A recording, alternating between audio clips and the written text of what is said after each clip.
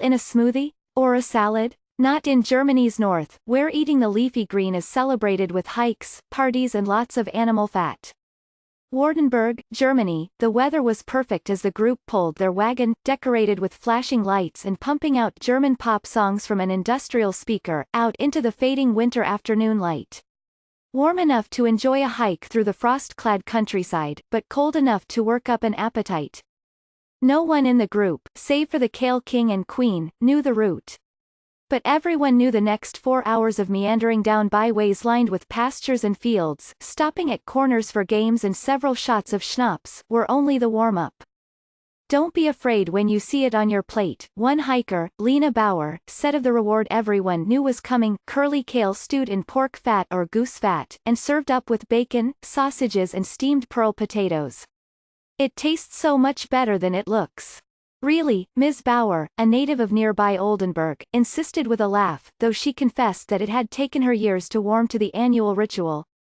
Before, I never wanted to go along, but after I did, I understood it, she said.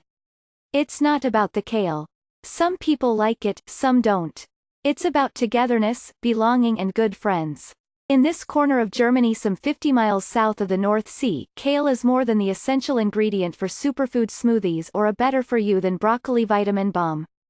It is a season, an event, a tradition.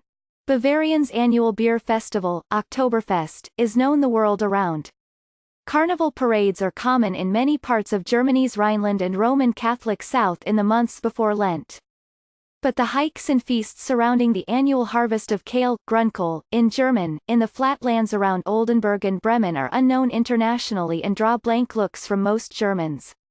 A few years ago, the city of Oldenburg set out to change that. Calling itself the country's Kale hike capital, it began promoting events surrounding the winter walks, held from November through late February. The hikes are organized by groups of families, friends or colleagues, and range in distance from about 1 to 3 miles.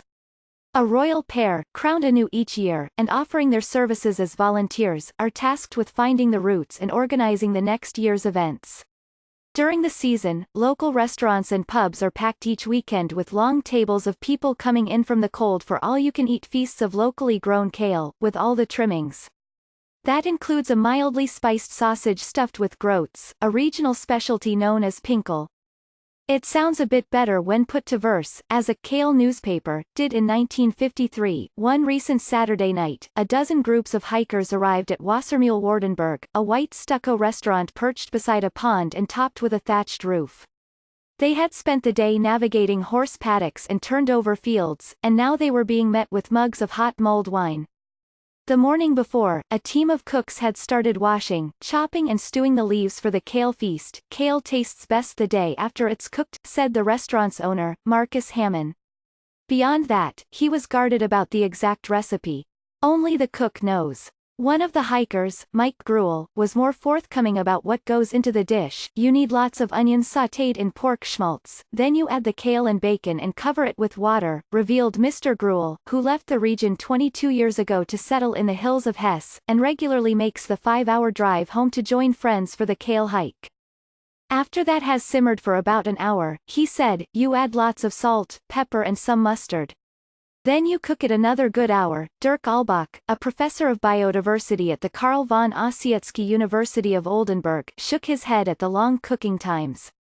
It is a convention rooted in the plant's past, he said, like the belief that the green cannot be harvested until the first killing frost. Unlike the milder variety grown in Italy or the strain popular in the United States, the hardy kale common here is known for its bitterness. It grows increasingly tender the longer it stays on the stem, and takes on more flavonoids as the temperatures drop. Back in the 17th and 18th centuries and up into the 19th, every farmer grew their own variety of kale, which were extremely local, Professor Albach said. Many of these were lost when the seed sellers arrived in the 20th century. But they pushed varieties that were easier to harvest. The old notions remain, however. The association of kale with the cold is so firmly stuck in people's minds, farmers have a hard time selling the crop if the temperature is too high, said Ike Fromm, who runs the Grummersort Farm Co-op. We can have beautiful kale at market, but if it's not cold enough, people simply won't buy it, he said. The origins of the hikes are believed to lie in a long ago practice of wealthy landowners who were out in the countryside for a bit of winter fun.